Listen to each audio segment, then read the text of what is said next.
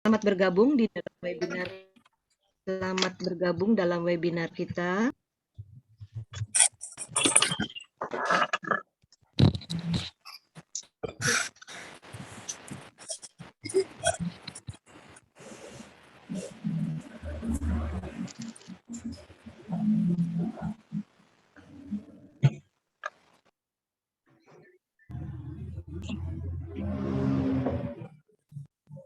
Amelia.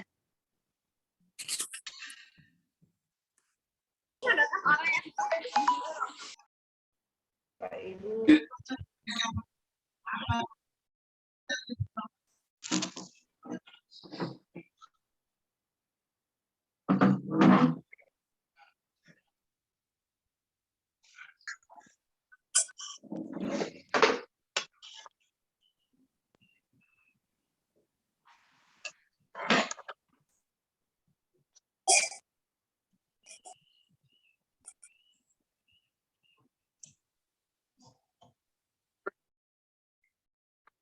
Baik, Bapak Ibu, Suster, Romo, semuanya.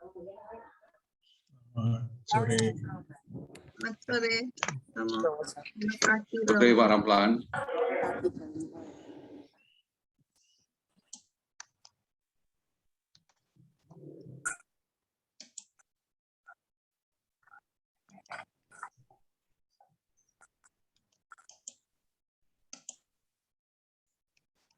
Minta maaf saya terpental, teman-teman.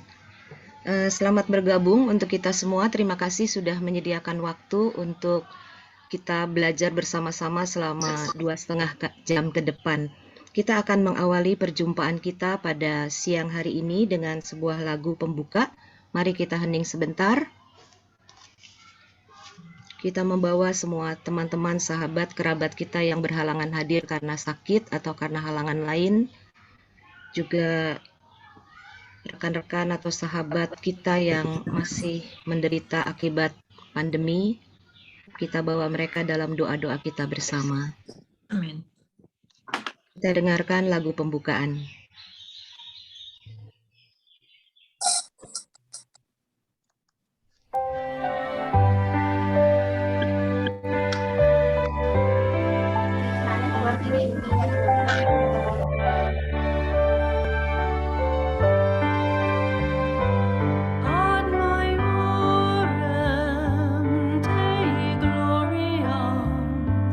God of all things, in great and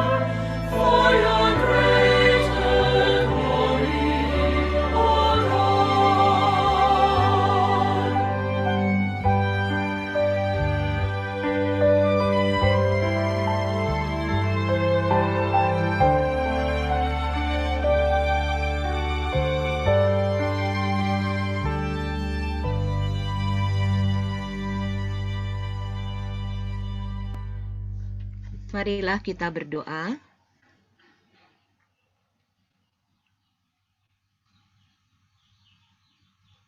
Dalam nama Bapa dan Putra dan Roh Kudus. Amin. Tuhan Allahku, pandanglah kami hari ini, saat ini. Tak peduli apa yang telah dan akan terjadi, berilah kami rahmat untuk mempersembahkan seluruh waktu kepadamu, seluruh tindakan jiwa dan tubuh. Semoga segala pikiran yang datang sungguh benar. Semoga segala yang keluar dari hati kami indah, dipenuhi keindahan-Mu. Semoga semua keinginan kami menjadi baik.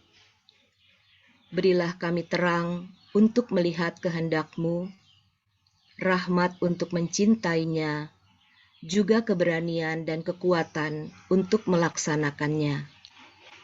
Kami mohon rahmat ini dengan perantaraan Kristus Tuhan kami. Amin. Dalam nama Bapa, Putra, dan Roh Kudus. Amin.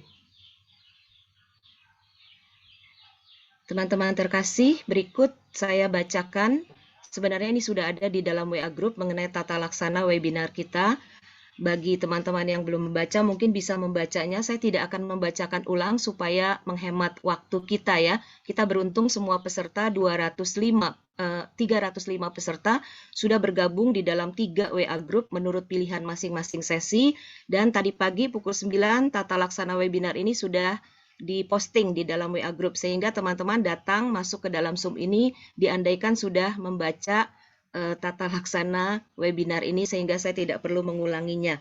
Saya akan langsung saja memperkenalkan moderator kita pada siang sampai sore nanti. Si pria yang cakep ini namanya lengkapnya Ferdinandus Effendi Kusuma Sunur Serikat Yesus. Panggilan akrabnya Romo Effendi. Beliau lahir di Waiwerang. Waiwerang tuh di mana, Romo? Saya nggak ngerti. 1 September 1976, beliau masuk novis Serikat Yesus 24 Juni tahun 2002 dan ditahbiskan 27 Juli 2011. Tugas-tugas atau pelayanan yang saat ini sedang ditekuni oleh Romo Effendi adalah Pastor Mahasiswa Daerah Istimewa Yogyakarta. Beliau juga melayani sebagai Direktur Pembina Tenaga Pengembangan Masyarakat, lalu menjadi Ketua Tim Digital Provindo, serta Delegatus untuk Indonesia Province Development Office. Selamat datang Romo Effendi dan terima kasih sudah bergabung dengan kami untuk melayani sebagai moderator kita siang sampai sore hari ini. Terima kasih Bu Mevung, teman-teman, para suster, para Romo, selamat siang. Teman-teman, acara ini diselenggarakan oleh School by the Spirit Team. Tim SBS itu memiliki moderator namanya Romo Hari Yudanto. Pada sore hari ini beliau berhalangan hadir karena ada acara keluarga di Yogyakarta. Maka sambutan pembuka akan diwakili oleh Romo Nano yang sudah hadir di tengah-tengah kita. Romo, terima kasih sudah hadir untuk meluangkan waktu memberikan sambutan awal. Romo Nano sebagai koordinator formasi awam Sahabat Ignatius, kita mempunyai waktu 5 menit ke depan untuk mendengarkan sambutan pembuka dari Romo Nano. Kepada Romo Nano, saya persilahkan. Mevung, terima kasih banyak. Apakah PowerPoint saya dibuka oleh panitia? Oke, terima kasih. Yang pertama dulu. Yang pertama. Awal. Sebelum halaman ini. Ya, no. Sebelumnya. Yang awal tadi. Ya, sebelum ini. Ya, oke. Saya mau mengucapkan terima kasih ke... Ya, oke. Terima kasih kepada Romo Effendi yang bersedia menjadi moderator. Terlebih-lebih saya berterima kasih karena tim SBS yang mengadakan acara pada sore hari ini. Silahkan lanjut. Lagi. Oke. Buku Berjalan Bersama Ignatius ini pendatang baru di antara buku-buku tentang spiritualitas Ignatian. Buku Berjalan Bersama Ignatius ini bisa dilihat sebagai sebuah milestone penting untuk melihat bahwa Tuhan secara khusus memberikan api rahmat khusus kepada Santo Ignatius lewat latihan rohani. Dan Santo Ignatius menyebarkan kepada orang-orang yang dia kenal, dan seperti multi-level marketing, api itu terus berkembang mulai 500 tahun yang lalu sampai sekarang. Maka kita diundang untuk belajar dari Ignatius Loyola. Lanjut. Nah, buku ini menurut saya mempunyai ciri yang khas. Satu, kalau Anda orang yang bertanya, maka buku ini akan memberi banyak makanan untuk ditanyakan, untuk dipikirkan. Buku ini terus mengulang-ulang kata diskresi. Kita diundang untuk berdiskresi, untuk melakukan sebuah pembedaan roh, dan diskresi itu sebuah peziarahan. Buku ini juga mengatakan betapa pentingnya percakapan. Spiritualitas Ignatian tidak bisa dihidupi sendirian, ditelan sendiri, dilakukan sendiri, tidak bisa. Bisa dioptimalkan dengan percakapan dengan teman-teman dan di dalam komunitas. Selanjutnya, buku ini memberi gambar yang sangat luas tentang Ignatius, tentang Serikat Yesus, tentang gereja, tentang situasi kita. Gambar yang lebih luas. Dan kita diundang untuk berefleksi.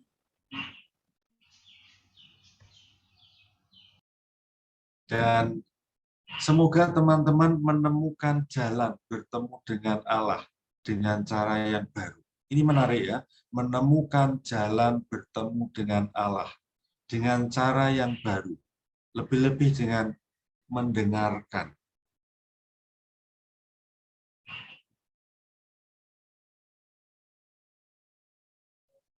Lanjut. Dan Pater Jenderal sebagai tokoh utama ini mengundang kita untuk membuka diri supaya kita dibimbing dan menempatkan kita dalam perjalanan dengan membiarkan diri dibimbing Roh Kudus. Ini penting.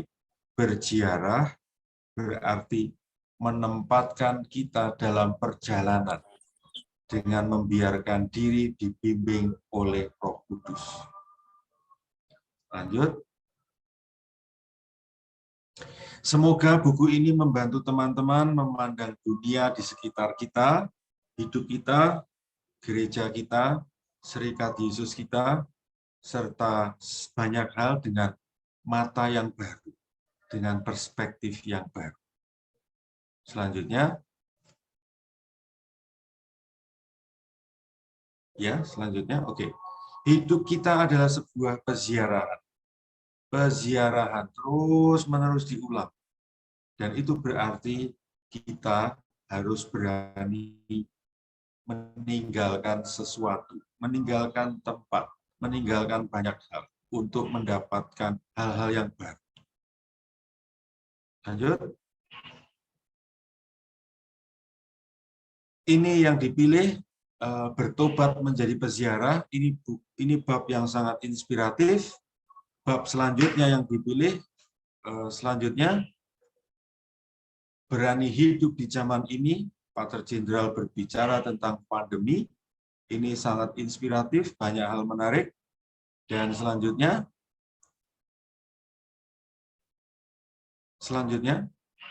dan ini Pater Jenderal mengajak kita berbicara tentang gereja. Terakhir, silakan lanjut. Teman-teman selamat membaca buku yang bagus ini. Silakan bertanya, bahkan pertanyaan-pertanyaan yang aneh juga silahkan, yang penting Anda membuka diri agar dibimbing Tuhan, dan teman-teman pembaca adalah komunitas yang membantu kita menemukan Tuhan. Terima kasih banyak, selamat membaca, selamat menggali inspirasi. Terima kasih. Ya, terima kasih banyak Romo Nano untuk sudah menghantar kita semua ke dalam studi kita pada siang sampai sore hari nanti. Kita beri aplaus kepada Romo Nano, berikan ikon masing-masing, entah mau kasih hati, mau tepuk tangan, mau kasih jempol kita, silakan. Sekali lagi banyak terima kasih. Baik teman-teman, untuk selanjutnya waktu dan ruang virtual saya serahkan kepada Romo Effendi sebagai moderator. Silakan Romo Effendi. Baik, selamat siang sekali lagi, mungkin menjelang sore begitu ya bagi kita semua yang berada di Indonesia bagian barat. Saya tidak tahu yang ada di luar negeri apakah sedang malam, pagi atau apapun itulah.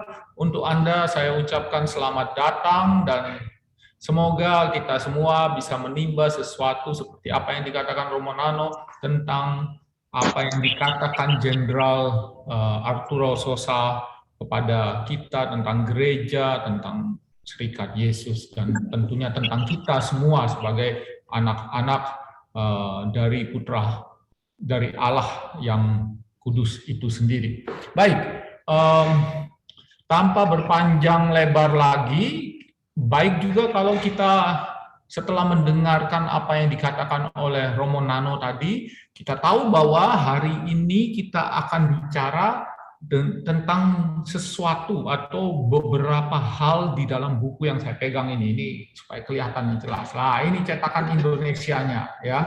Jadi nanti juga teman-teman bagi yang belum punya dipersilakan untuk memilikinya supaya bisa lebih mengenal secara dekat dan dalam apa pemikiran dari Jenderal Serikat Yesus Arturo Sosa. Ya, nanti sebagian kecil akan dibahas oleh teman-teman kita di tempat ini. Tentunya saya perlu mengenalkan narasumber, ya, narasumber kita yang luar biasa, ada 3 begitu ya. Baik juga kalau mulai mengenal mereka sebelum kita mendengarkan apa yang akan mereka berikan kepada kita. Rupanya saya perlu juga diberikan, keluar. Oke, sebentar, saya mohon maaf, sedikit gangguan teknis. Ya, pertama yang tentunya saya kagumi ini adalah pembicara yang luar biasa. Saya dan juga banyak teman-teman Yesuit Indonesia selalu melihat beliau ini sebagai begawan spiritualitas Serikat Yesus Provinsi Indonesia. Walaupun sekarang tidak lagi berada di Indonesia, tetapi kebegawanannya masih terasa sampai sekarang. Buktinya hari ini dia bersedia hadir di tempat ini, di forum ini, dan beliau adalah Leo Agung Sardi SJ. Romo Sardi, selamat datang. Ya, beliau dipanggil Romo Sardi, seperti apa yang baru saya ucapkan. Lahir di Jogja, 11 April 1967. Ya, nggak terlalu jauh beda lah dengan saya ya. Oke, baik. Tahun masuk novis 7 Juli 1986, tanggal tabisan 31 Juli 1998, tugas saat ini pater spiritual di Collegio del Gesù, Roma. Saya tidak tahu cara membacanya bagaimana. Benar. Ya, pokoknya Anda boleh percaya, boleh tidak. Kalau ada label begawan spiritualitas, Anda boleh percaya dari apa yang dikerjakan saat ini. Ya, baik. Walaupun kita sudah begitu mengagumi Romo Sardi, kita juga perlu tahu orang kedua, narasumber kedua yang juga sekarang sedang belajar spiritualitas di Madrid ya. Nama lengkapnya Domenico Savio Octaviano Widiantoro SJ. Dipanggil Romo Niko. Romo Niko ini tabisannya bareng bersama saya tanggal 27 Juli 2011 ya. Dia lahir di Palembang 10 Oktober 1981 dan masuk novisiat 1 Juli 2000. Dia 2 tahun di atas saya, ya.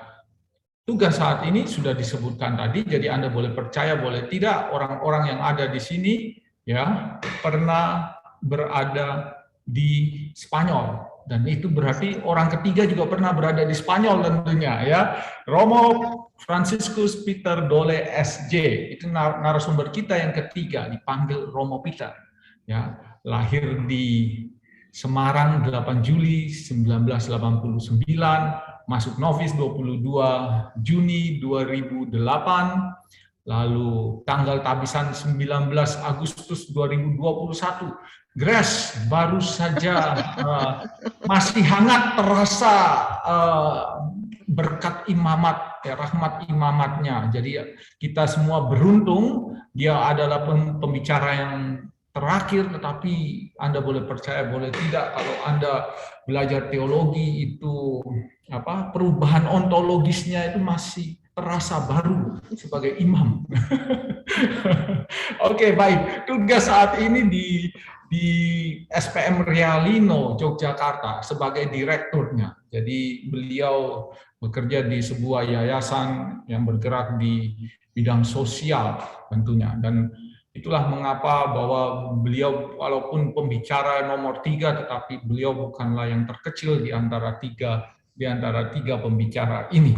Baik ya teman-teman, para suster, Romo, juga Bapak Ibu, saudara-saudari sekalian, kita juga perlu untuk mulai acara kita. Tetapi sebelumnya saya minta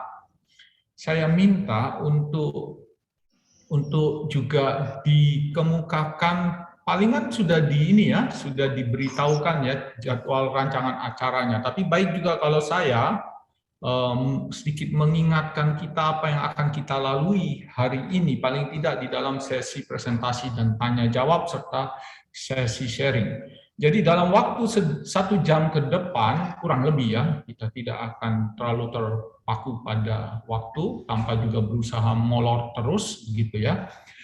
Sekitar 1 jam ke depan itu kita akan mendengarkan Romo Niko mempresentasikan apa yang dia baca dan dia pikirkan tentang satu bagian kecil dari buku yang telah kita sebut tadi, beserta dengan sesi tanya jawabnya.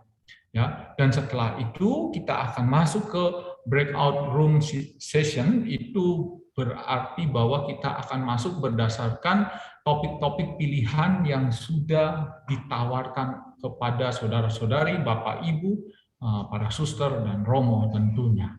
Kurang lebih seperti itu, nanti akan ditutup ya. Dan jangan lupa kami berharap Anda tetap bersama kami hingga akhir, karena kami punya kuis yang membawa hadiah-hadiah yang menarik tentunya. Baik, tanpa berpanjang lebar supaya waktu tidak habis, karena saya sering lupa bahwa saya bukan narasumbernya. Baik, Romo Niko, waktu dan tempat saya serahkan kepada Anda. Silakan. Terima kasih Romo Effendi. Saya mengucapkan juga selamat sore buat Bapak Ibu, Romo, Suster, dan teman-teman sekalian. Terima kasih Romo Effendi untuk perkenalannya tadi. Sebetulnya yang tepat ngomong di sini itu Romo Effendi, ya, karena dia pintar ngomong, makanya dia tabisannya cepat gitu ya. Walaupun 2 tahun belakangan masuk Yesuit ya, 2 tahun setelah saya, tapi tabisannya bareng kan, berarti kan cepat tabisannya. Dia pintar, memang pintar ngomong juga salah satunya. Bapak Ibu, saya sudah melampirkan file yang akan saya presentasikan pada bagian pertama ini. Saya juga akan men-share screen-kan juga file itu di sini. Mari kita lihat bersama. Semoga sudah terlihat ya. Saya pakai file PDF sehingga lebih mudah untuk saya gerakkan atau saya jalankan. Lalu apa yang saya sampaikan ini sebetulnya ya semoga singkat ya. Saya sudah juga pakai timer supaya tidak terlalu banyak ngomong ya. dan juga nanti pendalaman lebih lanjut ya bersama, karena sekali lagi saya juga merasa juga tidak layak dalam arti ngomong secara panjang lebar di sini, karena Romo Sardi yang tadi disebut begawan seharusnya lebih layak di sini ngomong untuk bagian pertama ini ya. Baik, tapi selain itu juga bahwa di sini ada Romo Nano, Romo Effendi sendiri, Romo Peter, Romo Sardi yang nanti juga membantu terutama dalam proses tanya jawab setelah pemaparan bagian pertama ini dari saya. Baik, kita mulai. Ada dua bagian yang ingin saya sampaikan pada bagian pertama ini. Kita pertama lihat di cover bagian depan buku ini ya, menarik bagi saya ketika menyiapkan bagian pertama itu. Saya berpikir apa ya yang harus saya siapkan.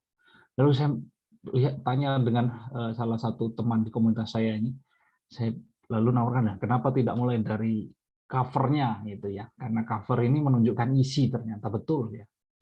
Dan kita lihat bersama ya, cover ini sebetulnya menggambarkan sungguh isi buku, tetapi juga menggambarkan apa yang ingin disampaikan oleh Arturo Sosal, tapi juga apa yang ingin disampaikan dalam konteks tahun Ignatius ya, tahun pertobatan ya, yang kita sebut sebagai tahun Ignatius atau tahun pertobatan ya. Coba kita lihat bersama ya gambar ini. Sebetulnya gambar ini gambar yang menarik ya.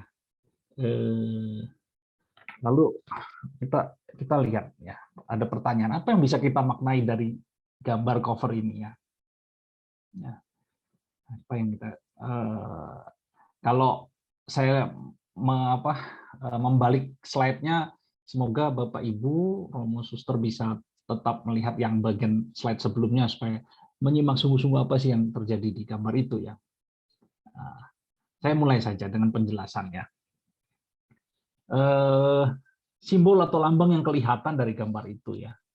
Yang kelihatan jelas pertama keramaian ya. Ada hiruk pikuk banyak orang, hilir mudik, kerumunan, tapi juga jangan lupa di situ juga ada orang kesepian ya. Meskipun ada tempat ramai tetapi orang itu sepi ya, merasakan kesepian, dan itu memang kenyataan yang terjadi dalam keramaian itu. Lalu lambang yang lain apa? Kemajuan ya. Di situ lihat ada modernitas ya. Interkoneksi ya, ada yang mainan HP, ada yang artinya HP itu dia berkomunikasi dengan orang lain dalam satu waktu yang sama tapi tempat yang berbeda ya. Lalu simbol yang lain adalah keberagaman ya. Ada macam orang, latar belakang, latar hidup mereka ya, pekerjaan dan sebagainya. Lalu simbol yang terakhir bisa kita adalah masalah ya. Ya memang tidak kelihatan secara kasat mata, tetapi kita bisa melihat bahwa masing-masing orang itu membawa masalah, ya, membawa problemnya masing-masing, membawa perkaranya masing-masing. Dalam dirinya ada yang memang karena dia berangkat pergi kerja, ya, atau ada yang baru pulang kerja, atau yang baru dari pasar, atau ada yang baru dari restoran dan sebagainya. Itu menandakan ada semakin banyak masalah, ya, rumit, ruwet, ya. Tapi tidak harus semua rumit ruwet, tapi juga ada yang masalah sederhana. Tapi yang jelas ada masalah di situ ya. Pertanyaan refleksi yang muncul, bagaimana kita bisa menjalani atau menghadapi situasi ini? Atau pertanyaan yang bagus kasih itu dalam konteks gambar ini, apa yang akan dibuat oleh Santo Ignatius bila dia hidup di zaman sekarang? Kita lihat di situ ada Ignatius ya, meskipun gambarnya sedikit agak apa itu diedit ya, tidak terlalu kelihatan benar-benar ya, Ignatius ya, oke lah, ini hanya semacam ekspresi saja. Jadi gambar cover ini bisa memperlihatkan atau bisa mempertanyakan pada kita, kira-kira kalau Ignatius hidup di zaman ini, kira-kira apa yang akan dia buat apa yang akan dia buat gitu ya.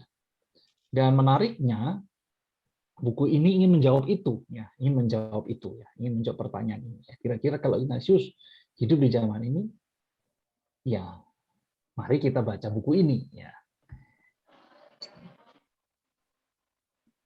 Tadi Romo Nano di pengantar menggunakan istilah yang bagus ya, pesiarah jalan ya, camino con Ignacio ya. walking with Ignatius, berjalan bersama Ignatius ya. Kata jalan, kata ziarah itu kata yang sangat khas Ignatian sekali ya. Romo Sardi itu ahlinya ini dalam istilah pesiarahan ya, karena dia tema disertasi dia tentang peregrinasi ya, tentang pesiarahan ya. Nanti pendalaman kita bisa tanyakan lebih lanjut apa makti dan makna dari pesiaran. Tetapi yang jelas kembali kepada Ignatius. Ignatius adalah sang pesiarah ya. Dia berjalan, di sini ada gambar Ignatius membawa tongkat, lalu ada saku kantongnya. Itu kantong untuk minta-minta ya. Artinya karena dia kan hidupnya meminta-minta pada perjalanan hidupnya. Salah satunya adalah sebagai cara untuk keluar dari dirinya sendiri ya, mengandalkan Tuhan melalui sesama, melalui orang lain ya. Nah, kita lihat, saya sekilas saja ya. Ini gambaran perjalanan Ignatius ya. Dengan angka. Saya tidak akan menjelaskan satu persatu, nanti pada sesi dengan Romo Peter Dole di kelompok A itu akan menjelaskan secara detail lebih detail bagian ini ya. Kurang lebih seperti ini ya. Apa artinya? Ignatius sang peziarah itu ya sama seperti kita ya. Dia awam ya. Kita pun juga awam ya. Mayoritas dari kita awam atau memulai dari awam ya. Kami yang sudah imamat, yang sudah menjadi imam pun juga memulai semuanya dari posisi awam ya. Artinya kita orang yang biasa ya. Dan dalam perjalanan hidup kita, pesiaran kita itu kita selalu dalam perjalanan kita mau kemanapun, tidak harus jauh, ya tidak harus pergi pindah provinsi, pindah kota atau pindah negara, tapi kita setiap merasakan sebagai peziarah akan menjumpai orang-orang, ya entah orang yang sudah kita kenal itu keluarga atau orang-orang baru. Lalu juga menjumpai pengalaman-pengalaman, ya tempat yang baru, pekerjaan baru, ya, kejatuhan dan kesuksesan yang baru, pengetahuan, pemahaman baru, perasaan yang baru, dan sebagainya. Jadi sama, kita seperti Ignatius sebagai orang biasa mengalami ini ya, mengalami perjumpaan-perjumpaan baru, orang, pengalaman, tempat, pekerjaan, pengetahuan, perasaan baru. Lalu apa yang membedakan kita dengan Ignatius ya? Maka ini yang menandai pesiaran Ignatius yang mau kita pelajari ya. Karena apa? Di dalam pesiaran Ignatius belajar ya. Tidak hanya sekedar mendapatkan pengalaman, Ignatius berefleksi. Tidak hanya sekedar menemui atau menjumpai perjumpaan baru ya. Ignatius melihat Allah sebagaimana seperti guru yang mendidik muridnya ya. Jadi Ignatius sama seperti kita, tetapi mungkin yang membedakan kita ya adalah Ignatius mau belajar, mau berefleksi, mau melihat kembali ya. Maka ketika memaknai peziarahan atau refleksi atas perjalanan dalam konteks spiritualitas Ignatian, penting poin ini ya.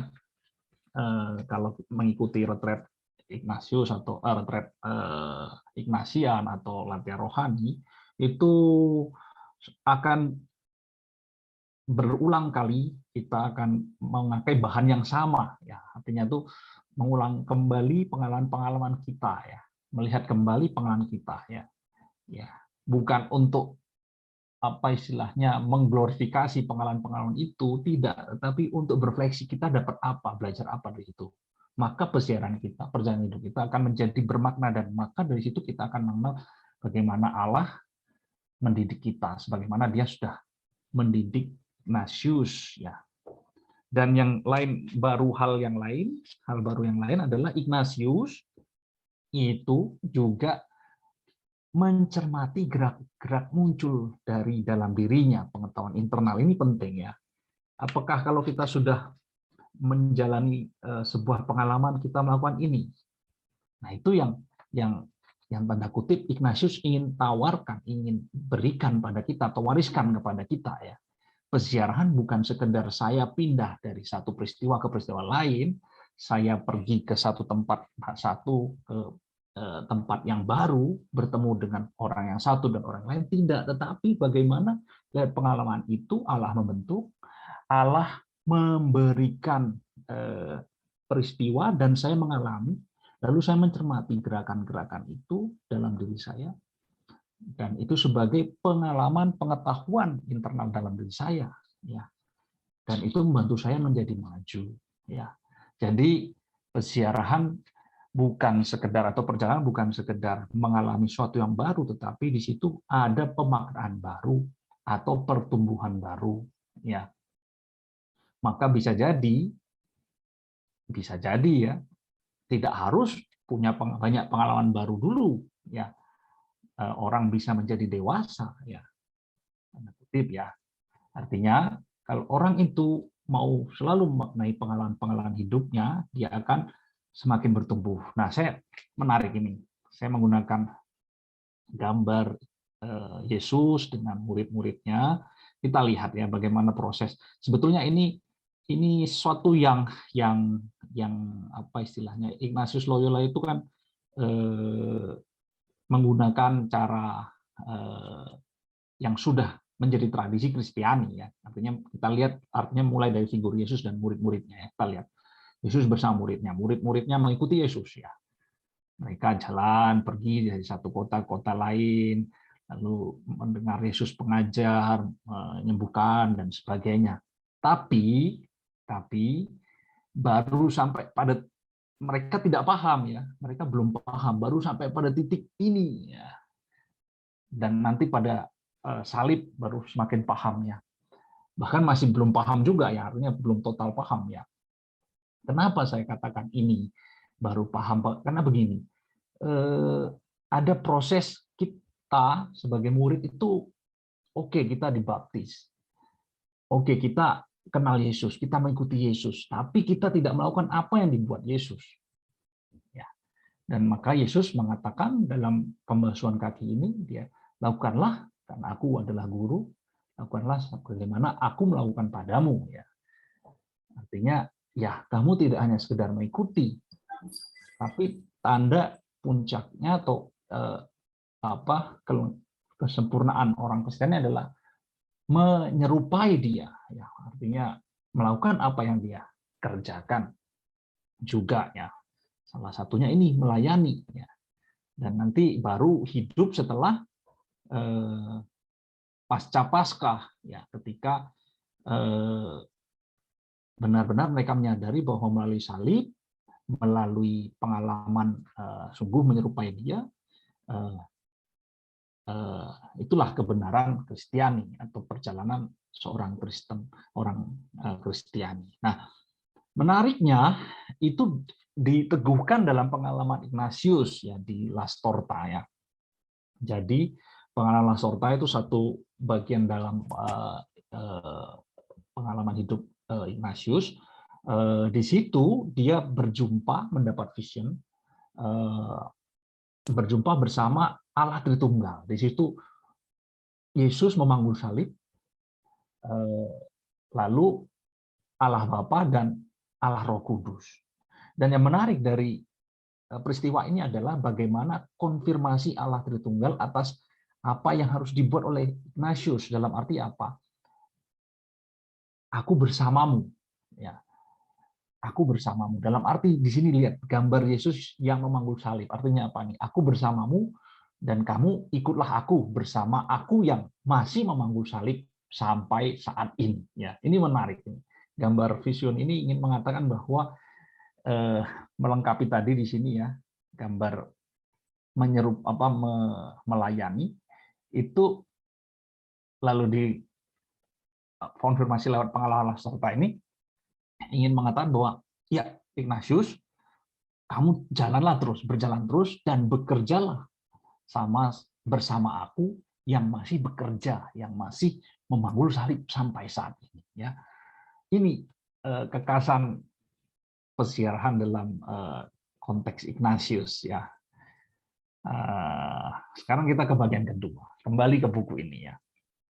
Nah, Bapak Ibu, teman-teman sekalian, jadi Ignatius atau cover buku ini menampakkan Ignatius ada di tengah-tengah keramaian, itu tidak hanya saja menyampaikan bahwa pertanyaan tadi ya, apa yang akan Ignatius buat jika dia hidup zaman ini, tapi cover buku ini juga ingin menunjukkan bahwa ya, kalau saya hidup di zaman ini, saya akan terus bekerja. Saya akan sama seperti orang-orang yang bekerja. Atau lebih tepatnya lagi, saya akan sama seperti Yesus, Allah Tritunggal yang masih bekerja sampai saat ini.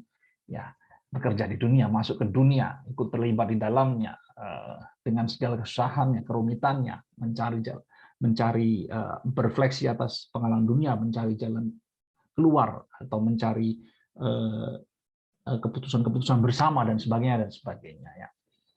Ini lihat ya.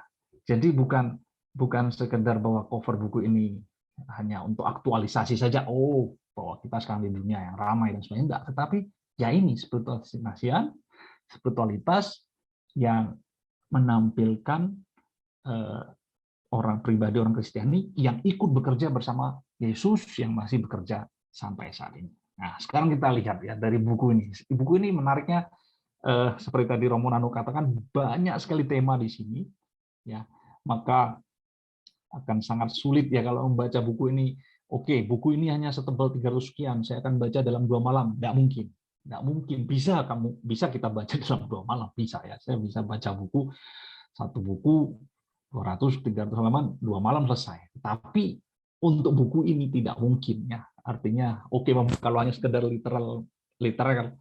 literalmente atau secara literally baca saja mungkin bisa, tapi tidak paham ya, karena begitu banyak tema ya.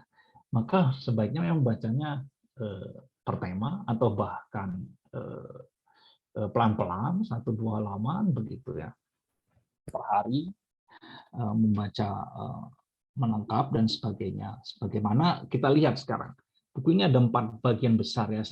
Saya menggunakan bagian ini ya. Saya mengumpamakan ini seperti perjalanan dalam minggu latihan rohani ya. Minggu pertama, minggu kedua, minggu ketiga, minggu keempat begitu ya. Minggu pertama, minggu kerahiman Allah, mengenal Allah yang mendidik kita ya. Maka ini ada gambaran bagian pertama Ignatius bab 1, lalu Arturo Sosa sebagai figur zaman sekarang ya. Lalu kita lihat, kalau ini kita lihat sebagai pengalaman membaca diri kita ya. Siapa kita di hadapan Allah ya. Bab ini membantu sekali. Bab Ignatius, bab Arturo Sosa itu membantu sekali. Siapa kita di hadapan Allah? Siapa Allah di hadapan hidup kita? Allah yang Maha Rahim, Allah yang berbelas kasih ya. Lalu bagian kedua bisa pakai dalam konteks minggu kedua latihan rohani ya. Kita lihat bagaimana Allah yang menginkarnasi lalu terlibat dalam konteks dunia ya. Maka ada bab 3 tentang dunia ya, tentang menghadapi gagah berani menghadapi dunia ya. Lalu tentang gereja umat Allah, lalu tentang serikat Yesus ya. Nah, bab 3 bisa kita katakan minggu ketiga latihan rohani ya. Tapi bisa saja ini kelanjutan dari minggu kedua. Memang kalau dalam latihan rohani minggu ketiga itu lanjutan dari minggu kedua latihan rohani. Jadi minggu ketiga itu minggu sengsara, tetapi memang gambaran bab 6 sampai bab 6 tidak tentang kesengsaraan, sengsara Yesus tidak, tetapi bisa kita lihat bagaimana ini yang kita hadapi, ada 4 tema, dan dari tema itu kita memasuki bahwa ini yang kita hadapi ya, yang konkret, aktual yang kita hadapi dan kita memasuki ya. Preferensi kerasulan SY ini kan sebetulnya bukan rumusan hanya Pater Jenderal yang merumuskan, tidak. Ini sebuah rumusan yang berangkat dari refleksi sekian waktu, sekian lama dari banyak rangkuman, usulan dan sebagainya ya. Dan merujuk pada 4 tema penting ya. Nanti kita sedikit lihat. Lalu bab terakhir, bagian keempat terakhir, ini bagian minggu keempat ya. Hal yang menarik, bab 10, bab 11 pendidikan dan perutusan bersama. Yang menarik adalah bagaimana komunitas, perutusan bersama, kerja bersama, sharing, berbagi, dan sebagainya itu menjadi kosakata yang penting dalam konteks minggu keempat. Artinya bahwa cinta harus dikerjakan, tidak hanya sekedar kata-kata. Ya. Dan itu terlihat bagaimana kerja bersama, perutusan bersama. Bahwa apa yang ada kita hadapi di dunia ini, ya memang menjadi masalah bersama dan kita hadapi bersama, kita selesaikan bersama. Ya. Nah, oke, saya singkat saja. Mungkin pada bab yang ini saya akan sedikit dijelaskan ya. Jadi 4 tema itu menunjukkan jalan menuju Allah, berjalan bersama orang miskin. Orang miskin ini istilah atau untuk mengartikan orang yang tersingkir, ya. Lalu menemani orang muda. Ini orang muda itu orang yang paling terkena dampaknya, ya. Maka mereka perlu ditemani, ya. Lalu merawat bumi, rumah kita bersama, ya. Dan tadi sumber kemerdekaan dan harapan, dan terakhir perutusan bersama. Nah, Bapak Ibu teman-teman, seperti yang saya katakan tadi, jadi membacanya buku ini ya kita lihat pelan-pelan secara tematis, berjalan seperti dalam proses latihan rohani, merasakan dan mencapai karya dalam-dalam, bukan banyaknya atau kuantitas, tetapi pendalamannya, repetisi bahkan, dibaca, diulang lagi, dibaca lagi, ya, untuk memahami. Lalu bisa juga kalau kebetulan ada dalam satu kelompok yang bareng-bareng baca, bisa saling bertanya, berefleksi, ya, dan sebagainya, ya. Membaca ini seperti sedang berziarah, ya, karena di situ bertobat, mengenali Allah yang bekerja, ya, dan membaca dengan kacamata baru, melihat dunia gereja kita tadi Romo Nano juga mengatakan di pengantar, dan terakhir ada bagian panduan doa itu untuk memperdalam baik pribadi maupun bersama. Ya. Baik, pertanyaan refleksi ini semacam bagian akhir dari sesi ini. Dan sifatnya internal, artinya silakan direnungkan secara pribadi. Pertanyaan refleksinya adalah, apa yang membuat kita sulit untuk melihat kembali pengalaman kita, melihat Allah yang bekerja dalam setiap pengalaman kita? Lalu yang kedua, apa yang menghambatku ikut serta bekerja bersama Allah yang sampai saat ini terus bekerja untuk diriku dan duniaku? Dan yang terakhir, sebagai seorang Kristiani yang disebut sebagai peziarah, apa tanda-tanda peziarahan itu dalam hidupku? Coba diingat lagi tadi, istilah peziarah bukan sekedar pindah tempat, bertemu orang, atau punya banyak pengalaman, tidak. Tapi apa tanda peziarahan itu dalam hidup? Apakah unsur pembaruan terus-menerus? Adakah pencarian akan kehendak Allah? Ya. Baik, itu bagian terakhir. Terima kasih.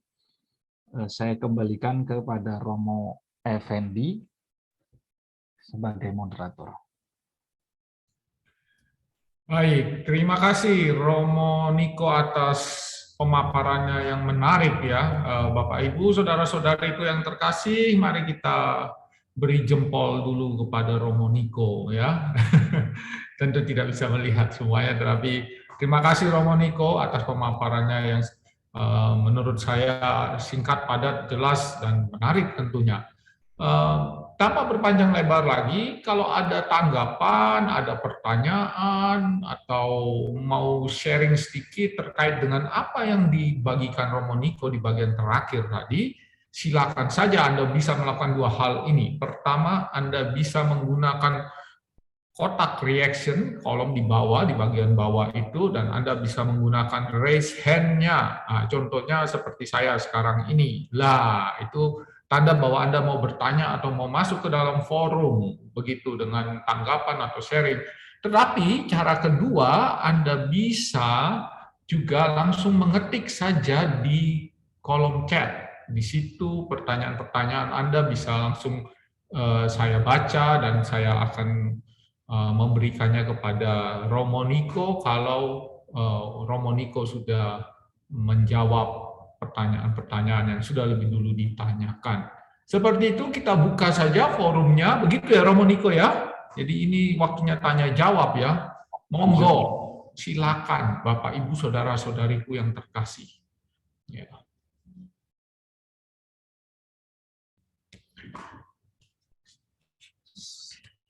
Ya, baik. Kita mulai saja dengan Pak Elias Anwar, C11. Monggo Pak Elias Anwar. Ya, terima kasih Romo Effendi. Selamat sore. Selamat sore. Terima kasih Romo Niko pemaparannya. Tadi saya mendengar bahwa Romo Niko mengatakan bahwa dalam pesiarahan ini kita bukan sekedar menemukan pengalaman baru, tapi bagaimana kita bisa memaknai pengalaman-pengalaman baru itu. Ini sangat bagus bagi saya. Memang ini juga bagi saya secara pribadi ini salah satu bentuk pengolahan diri saya. Nah, dalam menemukan pemaknaan baru itu, apakah saya sebagai seorang awam itu sebenarnya membutuhkan seorang pendamping juga kalau ingin mendalami spiritualitas seperti ini? Entah itu seperti Bapak Rohani atau teman diskusi saja atau bagaimana? Karena dalam perjalanan iman saya, misalkan saya di Dewan Paroki kebetulan ya, begitu banyak tawaran-tawaran yang saya dapatkan. Misalkan disuruh ikut SEP lah, disuruh ikut CAP, disuruh macam-macam lah. Dan saya tidak ikut sama sekali. Karena bagi saya tentu saja passion itu kan harus tidak bisa dipaksakan gitu. Nah, menemukan kemaknaan itu seperti apa? Apakah saya bisa berjalan sendiri dengan pengolahan bahan seperti ini atau saya membutuhkan rekan seperjalanan? Terima kasih Romo. Ya, langsung saya jawab ya. Romo Effendi, betul gitu kan? Satu Ya, pertanyaan. silakan saja langsung Romo Niko. Oke, Pak Elias. Jadi apa yang dialami Bapak, tidak hanya Bapak saja yang mengalaminya, semua orang, saya juga masih mengalami seperti itu ya. Ada banyak pengalaman baru, ada tawaran baru, pilihan-pilihan baru, ya. Lalu ada pilihan apakah ini akan saya ambil atau tidak, apakah saya memutuskan. Tapi yang kembali tadi jawabannya atau kurang lebih begini, dinamika itu ada dinamika pribadi, artinya dinamika di mana saya memutuskan. Tetapi untuk sampai pada keputusan itu ada dinamika, artinya pengenalan, ya, mengenali, ya, pilihan ini tentang apa, ya, pengalaman ini tentang apa, ya. Dan untuk mengenali itu, ya kita harus rendah hati mengatakan bahwa kita tidak bisa mengenali hal itu lengkap, ya, sebagai pribadi, karena pasti ada kacamata lain, ya. Entah dari orang lain, entah dari buku, entah dari pengetahuan yang lain, dan sebagainya. Maka, seperti yang Pak Elias katakan tadi, apakah perlu bertanya? Perlu sekali. Supaya pengenalan ini menjadi lengkap, sehingga kita bisa membuat keputusan, mana yang terbaik buat kita. Ya, jadi, atau lebih konteks luasnya, kalau pertanyaan tadi soal apakah perlu saya pembimbing, dilihat dulu konteks persoalannya, ya. Misalkan kalau ini sebuah masalah yang istilahnya sebagai kemajuan, dinamika rohani dan pertumbuhan pribadi, ya bagus kalau ada dalam tanda arti tertentu pembimbing atau orang yang bisa membimbing saya, membantu saya, ya, teman cerita yang bisa membantu saya. Ya. Tapi kalau yang sifatnya umum, misalkan pengetahuan tentang kelompok ini, pengetahuan tadi yang perkara apa contoh yang dialami Pak Elias sendiri, ya bisa saja teman bicara saya siapa, misalkan satu sama-sama Dewan Paroki yang bisa memberi gambaran ini kelompok ini seperti apa, atau dalam keluarga dan sebagainya. Jadi ada dinamika pribadi yang memutuskan, tapi juga sebelum itu perlu pengenalan-pengenalan yang sifatnya tidak bisa hanya secara pribadi saja. Ya. Itu Pak Elias. Terima kasih Romo. Ya, sama-sama. Baik, Pak Elias, terima kasih. Romo Niko sudah menjawab apa yang ditanyakan Pak Elias. Sekarang kita beralih kepada Pak Anton Sugianto, B19. Mohon diarahkan. Ya. Silakan Pak Anton. Terima kasih Romo Effendi. Romo Niko, luar biasa Romo. Saya sangat tersentuh tadi ya di awal Romo bahwa Ignatius adalah awam seperti kita. Tapi saya juga, waduh, apakah karena mengalami kecelakaan detik ya, sehingga Ignatius belajar itu. Ini yang masih menjadi tanya-tanya saya, Romo Niko. Seandainya tidak, apa yang terjadi? Itu yang pertama. Yang kedua, beda dengan zaman kita ya, Romo ya. Zaman kita kan udah banyak buku, banyak literasi, sedangkan zamannya Ignatius ini kan tidak ya. Sehingga saya juga berpikir dalam hati saya, apakah karena itu ya? Nah, seandainya iya mungkin, tapi saya kagum dengan Romo Sister yang luar biasa ya, bisa memilih panggilannya sehingga bisa meneladani ini ya. Nah, yang akan saya konfirmasi tadi pertama adalah apakah karena peristiwa itu ya Ignatius ini bisa menjadi seperti ini sehingga menjadi inspirasi kita bersama. Seandainya tidak ada hal merintang kebutuhan duniawi ya, bahwa dia akan hebat, dia akan jadi super, itu mungkin Ignatius tidak seperti sekarang. Begitu Romo Niko, terima kasih. Ya, terima kasih Pak Anton. Ini bagus pertanyaannya ini ya, Pak Anton. Apakah Ignatius akan seperti itu kalau tidak ada pengalaman di Pamplona itu ya? Ya, pertanyaan ini sebetulnya dibahas juga di buku ini ya. Ada satu bagian, saya lupa persisnya di bab apa, tetapi yang jelas pertanyaan di bab pertama sepertinya ya tentang Ignatius sendiri itu. Nanti kalau kebetulan Pak Anton di kelompok A, oh tidak, ini karena Pak Anton pakai B, berarti kelompok B ya.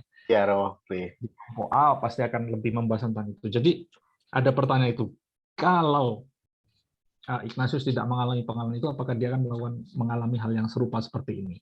Begini jawabannya, Pak Terjendol, kurang lebih ya. Sebetulnya Ignatius itu punya pengalaman yang apa istilahnya ditabrakkan ya, kalau bahasa kita yang kenal dalam konteks tahun Ignatius ini cannonball ya, momen cannonball ya. Banyak sebelum pengalaman Pamplona itu sudah ada banyak ya. Tetapi dia tidak sampai titik ini ya. Artinya tanda kutip begini. Bahkan seorang Ignatius pun harus mengalami beberapa kali pengalaman yang tanda kutip ditabrakan baru sadar gitu ya. Baru sadarnya ketika pengalaman Pamplona ini ya.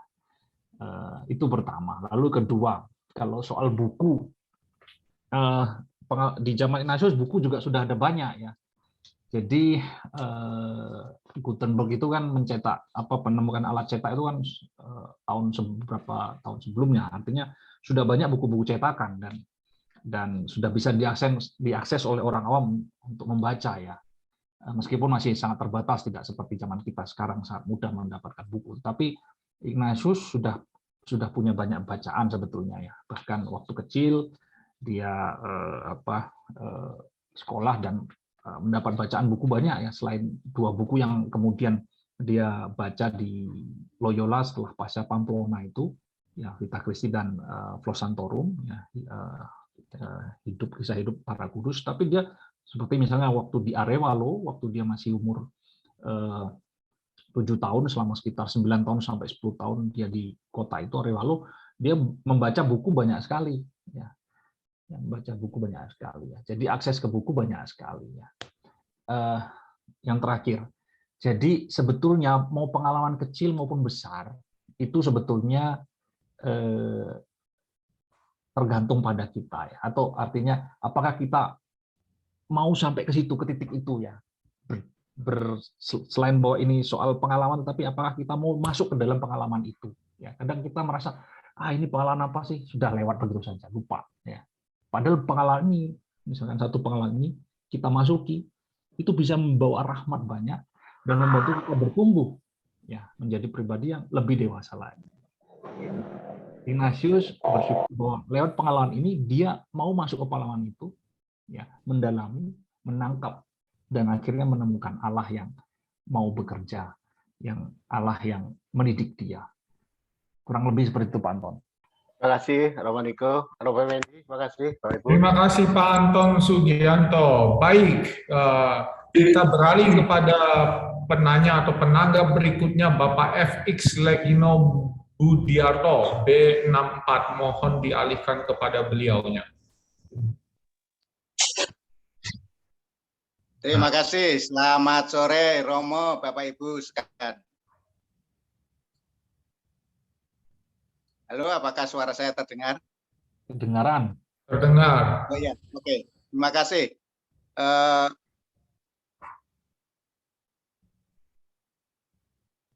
Kegiatan pada sore hari ini sungguh sangat menarik dan sangat bagus. Dan saya tertarik dengan apa yang disampaikan atau dipaparkan oleh Romo Niko mengenai apa pengalaman hidup yang dialami oleh Ignatius, bagaimana pengalaman Ignatius itu dapat diimplementasikan pada saat ini di mana kondisi dunia sedang mengalami pandemi corona, sehingga apa yang menjadi pengalaman Ignatius itu bisa menjadi berkat bagi sesama. Terima kasih, Romo.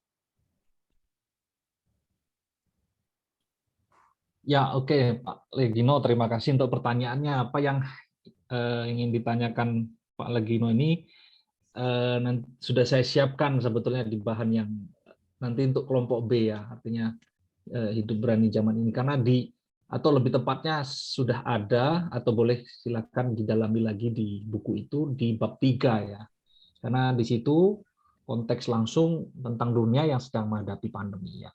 Tapi singkat saya akan menyampaikan ini begini. Jadi pandemi ini kan semacam apa ya? Kalau boleh dikatakan cannonball buat dunia gitu ya. Cannonball buat dunia. Kalau kita punya cannonball pengalaman kita masing-masing, tapi pandemi ini seperti cannonball buat seluruh kita sebagai masyarakat dunia ya. Artinya apa? Artinya ya ini sebuah pengalaman buat kita. Ya kalau kita mau lewatin pandemi ini mungkin ya selesai dalam 3 tahun, 2 tahun, 3 tahun. Kita udah 2 tahun ya.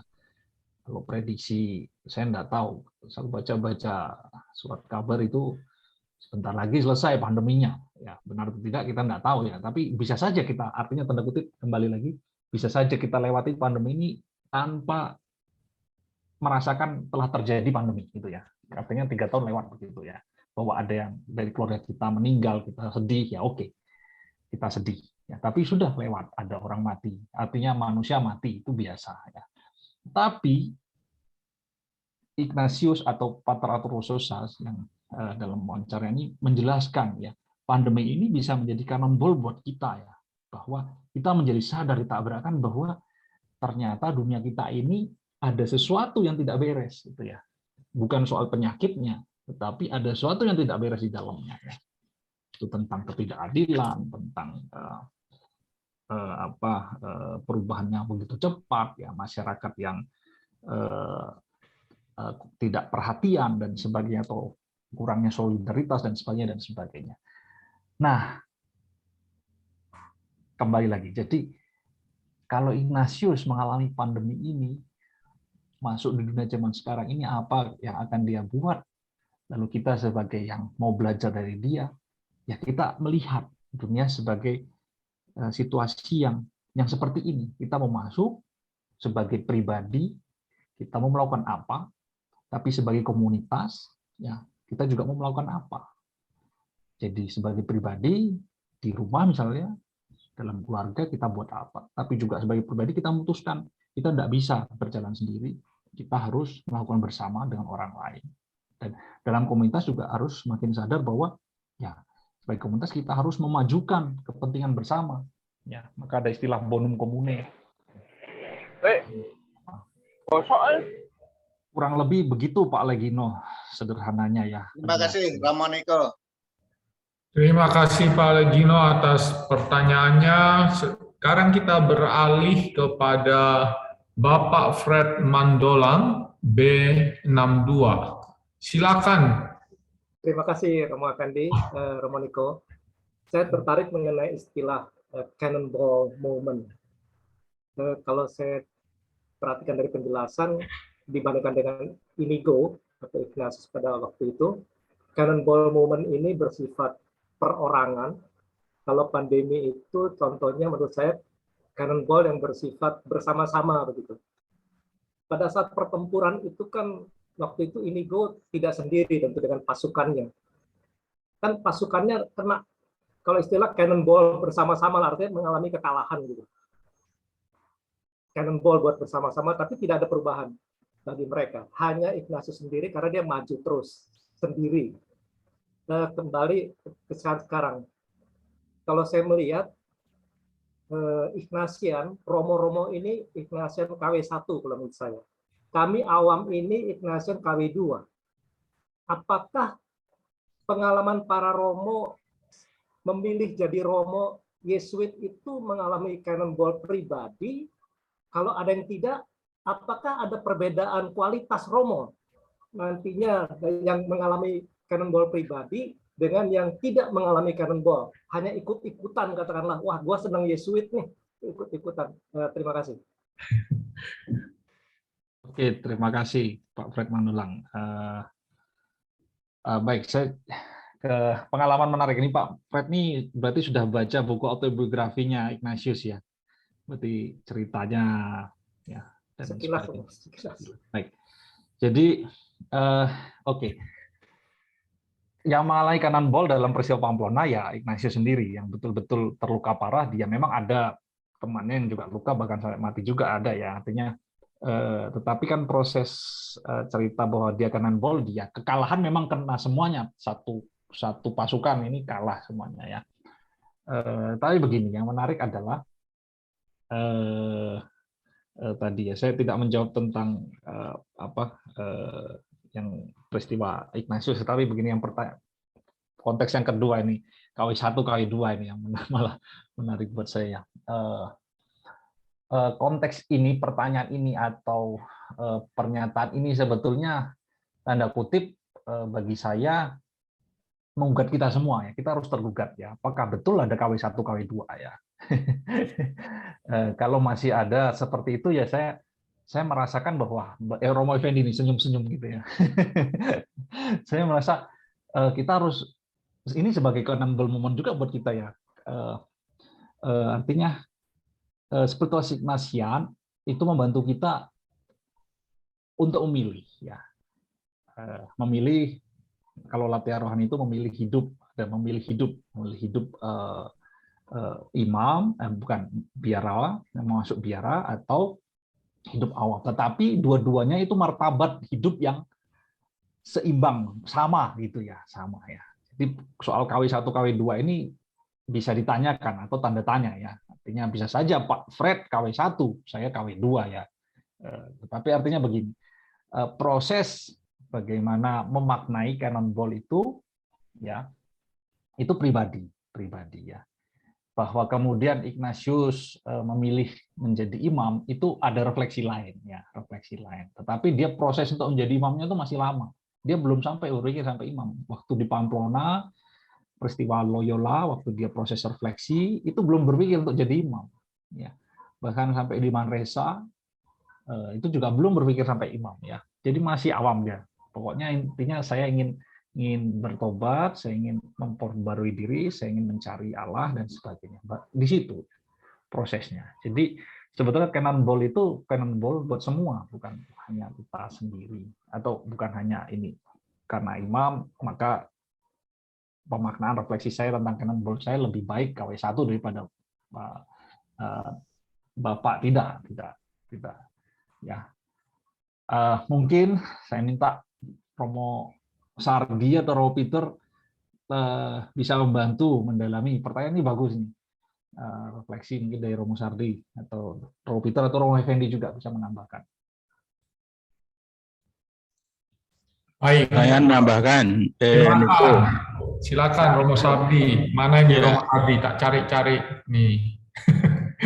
Orang aku kode ya. Gini, saya tambahkan, sebetulnya sudah dimuat di presentasi Romo Niko, justru barangkali ini karakter peziarah itu kan keterbukaan ya. Jadi tadi sudah disebut terbuka terhadap bukan hanya pengalaman yang baru, tetapi di dalam pengalaman yang baru itu ada pembelajaran dan katakan rahmat. Jadi barangkali kalau sampai ada KW1, KW2 itu bukan apa ya, barang jadi ya, lalu ada faktor, ada variabel, ada keterbukaan untuk mengolah, untuk berjalan lanjut atau tidak. Saya pikir begitu. Jadi bisa jadi sebagai sebuah peristiwa sama, tapi karena proses mengolahnya, keterbukaannya berbeda, lalu hasilnya berbeda. Atau juga lingkungannya berbeda, bisa juga berbeda. Itulah mengapa pada bab terakhir dari buku, Romo Jenderal menyajikan pentingnya komunitas dan dialog dan keterbukaan. Jadi saya menanggapi dengan menggarisbawahi karakter peziarah itu terbuka terhadap yang belum ada, bahkan yang belum ada. Kalau pandemi ya termasuk yang sudah pandemi ada apa. Itu yang saya tambahkan, Romo Effendi, Pak Fred. Terima kasih Romo Sardi. Ya, saya pikir soal KW-KWan itu kan tempelan luaran. Kalau spiritualitas Ignatian itu kan berurusan dengan sesuatu yang batiniah yang ada di dalam, jadi nggak ada KW-KWan, Pak. Ya, kita semua tuh KW-nya Yesus Kristus. Nah, levelnya itu diukurnya nggak ada standar luarannya, nggak tahu, nanti biar Yesus yang ngomong. Baik, terima kasih Romo Sardi yang sudah bukan membantu, tetapi lebih tepatnya memperjelas lagi apa yang sudah diterangkan oleh Romo Niko. Terima kasih Pak Fred Mandolan. Kita beralih ke terima kasih Romo Niko, terima kasih Romo Sardi. Kita beralih ke Pak Johannes Nandi J, B77. Silakan, dan ini merupakan pertanyaan yang terakhir untuk sesi ini. Silakan Pak. Terima kasih Romo Niko. Saya juga tertarik waktu membeli buku ini dan melihat buku ini. Saya tertarik yang di awal itu justru covernya ya Romo. Tadi Romo mengatakan bahwa itu seolah-olah gambar Santo Ignatius itu ditempelkan begitu saja. Tetapi saya melihatnya kok agak berbeda ya. Mungkin ditempelkan begitu saja, mungkin iya.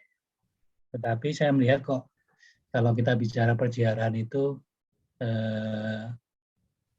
menurut saya ya ada pengalaman keterkejutan ya. Kalau kita lihat gambar Santo Ignatius di situ, itu kan ada kesan, bagi saya ada kesan terkejut atau terpana, kalau orang Jawa sedikit melongo sedikit lah gitu ya. Nah tadi mungkin Cannonball atau pengalaman Yerusalem atau pengalaman apapun itu kan mungkin membuat